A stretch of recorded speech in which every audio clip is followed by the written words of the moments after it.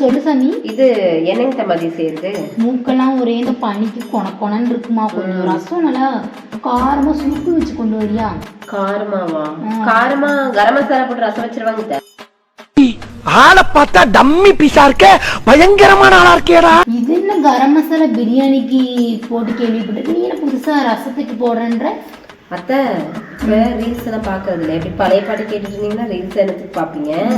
Beetroot ரசம் வைக்கிறாங்க, என்னென்னமோ ரசம் ஆயிட்டு இருக்குது.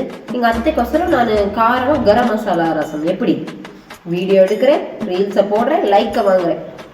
இருங்க செஞ்சு கொண்டு வரேன். நான் அப்படியே ஷாக் ஆயிட்டேன். இது என்னடா ரீல்ஸ் பாக்குறன்ற பேர்ல என் உயிரை காவு வாங்கி விளாட்டுக்குதேவ.